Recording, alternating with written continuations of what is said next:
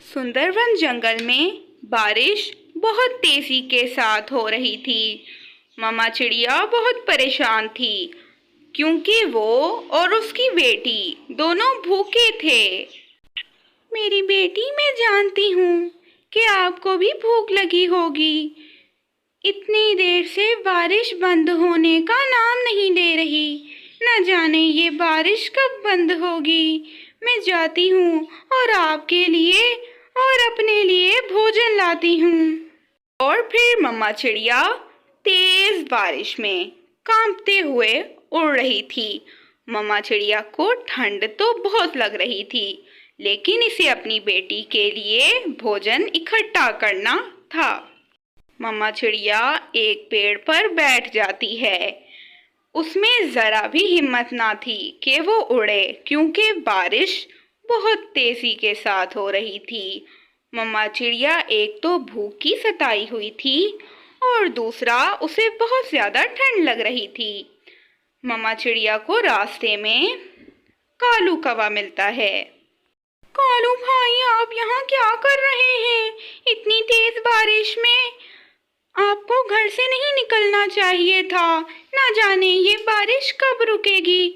मैं तो अपनी बेटी के लिए भोजन की खोज में निकली हूँ। ये सुनकर कालू कौवा, जिस काम के लिए आप निकली हैं, मैं भी उसी काम के लिए निकला हूँ। अब मेरा घर परिवार भी तो है। अब मुझे जग्गू के लिए कोई मीठा फल ढूंढने होगा, क्योंकि जग्गू सूखा दाना नहीं खाता। और बारिश का तो कुछ पता नहीं, न जाने कितने दिन तक और होती रहेगी ये।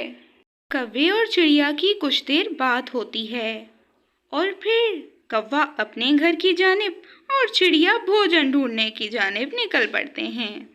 लेकिन रास्ते में चिड़िया मर जाती है, क्योंकि ठंड के कारण उसका शरीर बिल्कुल बर्फ की तरह जम चुका था। चिड़िया की बेटी घोंसले में बैठी रो रही थी, क्योंकि वो भूखी थी। और तो और उसकी माँ भी अब तक न लौटी थी। कुछ देर बाद कौवे का गुजर वहीं से होता है जहाँ चिड़िया मरी पड़ी थी, लेकिन कौवा चिड़िया के लिए कुछ नहीं कर सकता था। चुलबुली अपने घोंसले में बैठी रो रही थी कि चीनू चिड़िया वहां आ जाती है। चीनू चिड़िया उसे रोता देखकर बहुत दुखी हो जाती है। वो समझ जाती है कि इस चिड़िया का शायद इस दुनिया में कोई अपना ना हो। और फिर चीनू चुलबुली चिड़िया को लेकर अपने घर आ जाती है। और बाहर बारिश बहुत तेज थी, इसीलिए चीनू चुनमुन को अपने सीने से लगा लेती है। चीनू के रूप में चुलबुली को एक मम्मा मिल गई थी, जो उससे बहुत प्यार करती थी।